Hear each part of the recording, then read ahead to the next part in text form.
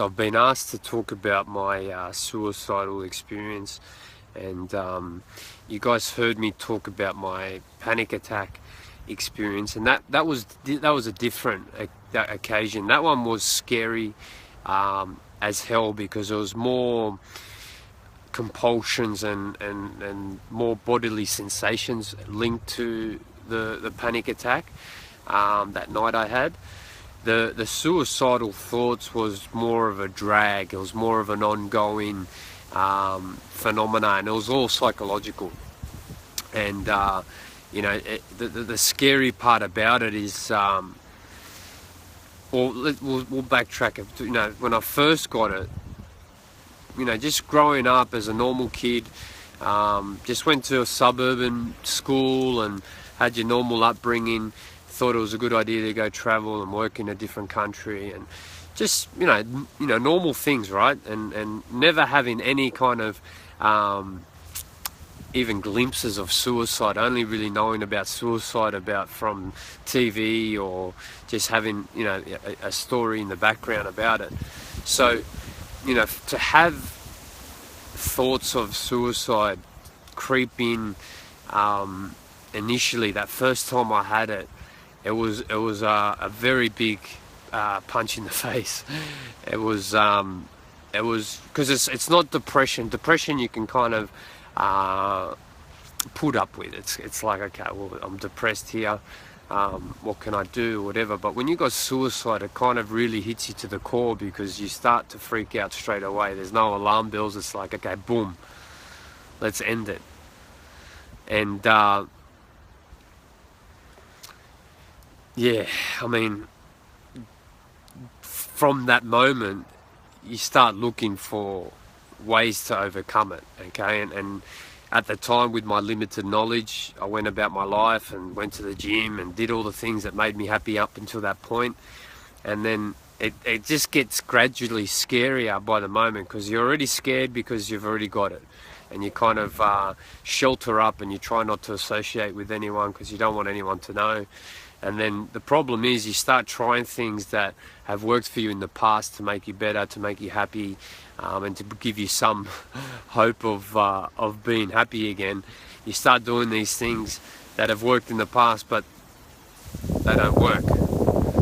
So now this starts to reinforce the vulnerability, the softness, the scariness of the whole matter, because now each day that goes by, you can't escape the reality of these thoughts. And and it's just like that, you get brainwashed with it. It's not just one thought a day and then you go back to thinking normally for the rest of the day.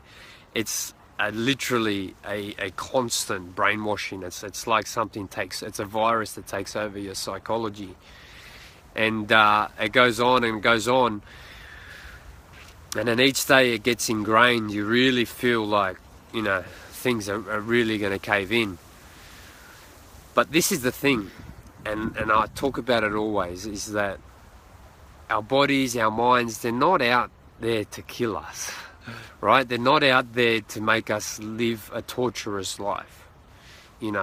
It's communication with a purpose. It's not just putting shit on you just to make your life tougher. And at the time, I thought that there was no lesson there. There was nothing that my body's trying to do to communicate to make me better or whatever. But looking back on it now, it most definitely was that.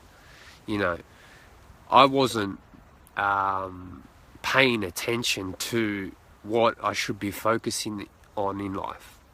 Okay, and if you look at my mission now and what I'm trying to accomplish, I was way off track, back then. And what was that, 5 years ago?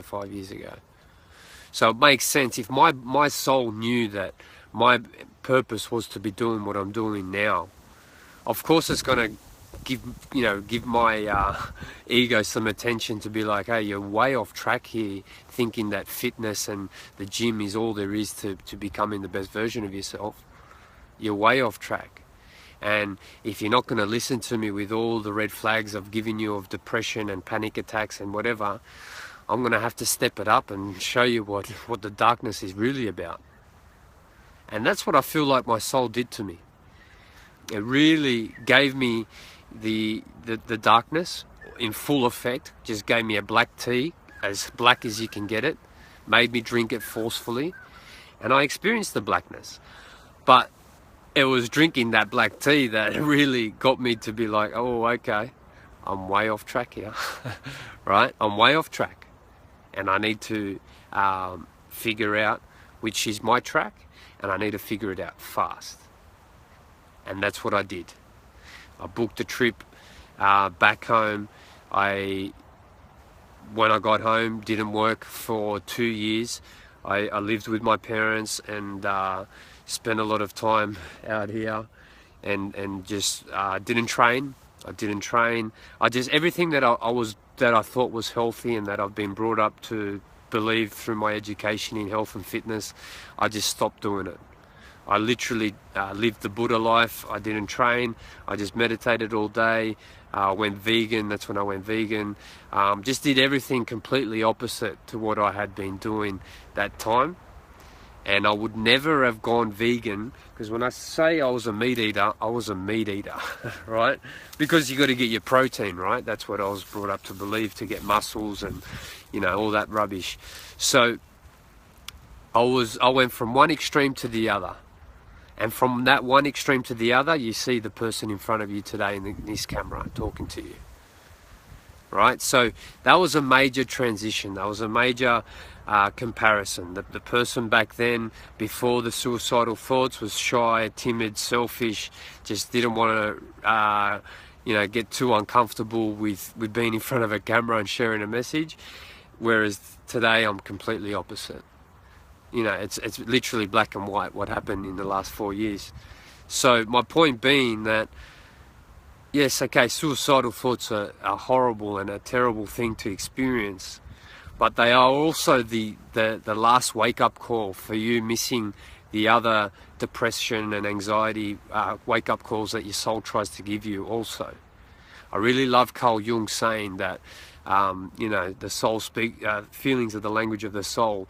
You know, it's so true. It's so true. If you've got depression and anxiety, that's the first step that you're going the wrong way. If you keep going the wrong way, you're going to get suicidal thoughts, in my opinion, in my experience.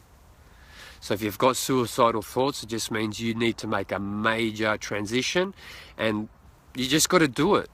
You literally have to give up your beliefs, give up your values, give up everything that you thought were the right things to do, and completely go in the other direction. Doesn't mean that you're going to go in that other direction forever, because look, I've now reintegrated training. I've reintegrated all my health and fitness principles that I learned as a personal trainer, and I'm just mixing them all together now. But I needed to go through the extreme of just focusing on that to the extreme of being spiritual, and now I'm bringing them together, meeting halfway. And that was all through having suicidal thoughts. Listen to your body, and if you're really hitting the dead end road and it's all dark, you just got to make major changes.